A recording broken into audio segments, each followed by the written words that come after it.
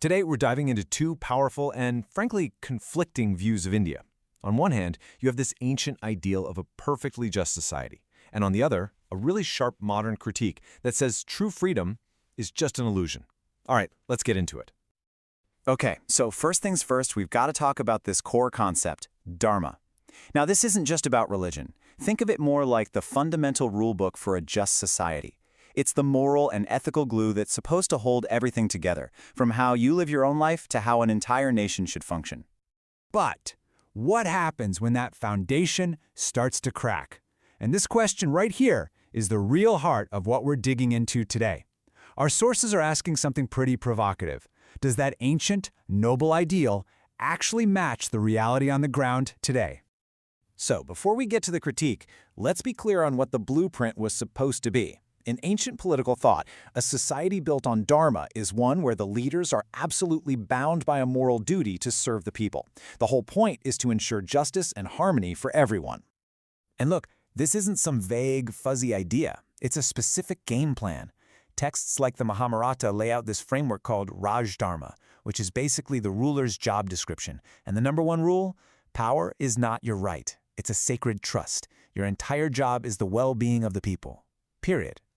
So think about that. Your legitimacy as a leader isn't something you're born with or something you can just seize. You have to earn it. This quote really nails it. The ruler is, at their core, a public servant. And that duty is the very thing that's supposed to prevent any abuse of power. Okay, so keep that ideal in your mind. Now we're going to flip the coin completely, because the source material we're looking at paints a very, very different picture, arguing that this ideal hasn't just been lost. It's been replaced by a sophisticated modern system of control. And this quote from the YouTube channel Smark just stops you in your tracks. The claim is that freedom in modern India isn't real. It's a delusion. The argument is that citizens have been effectively hypnotized by systems designed to conquer their free will. So, how does this so-called hypnosis work? This critique points to four main pillars. First, religion is used as a business and a political tool. Then you have media that's built to distract you with fear and celebrity nonsense instead of real issues. Third, the worship of false idols, celebrities pushing questionable products. And finally, an education system where money and connections can matter more than actual ability. And when you put all that together, what's the result? Well, the argument is that you get a society that's become numb, so overloaded with noise that we literally scroll right past images of real suffering, but we'll stop everything for some silly viral video. It's a pretty harsh look at our collective priorities. All right, so that's the big picture theory. But to really understand how this system of control allegedly works in practice, our sources tell us to zoom in on one very specific and very critical area, the healthcare system. And let me tell you, the stakes here are just staggering. According to World Bank data cited in our sources, 44% of children under 5 in India are underweight.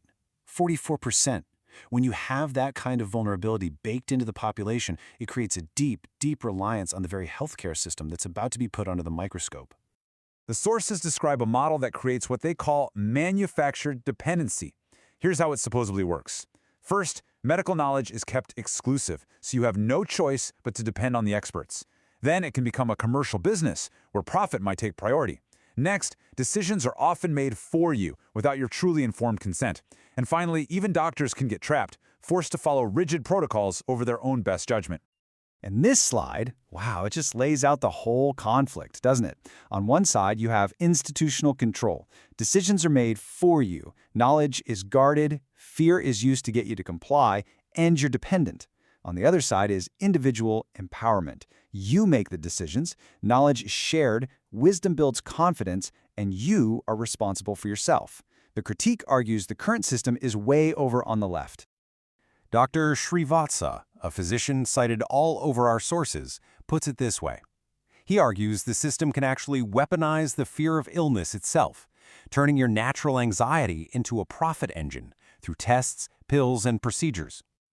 Okay, so that's a pretty heavy critique, and it paints a really bleak picture.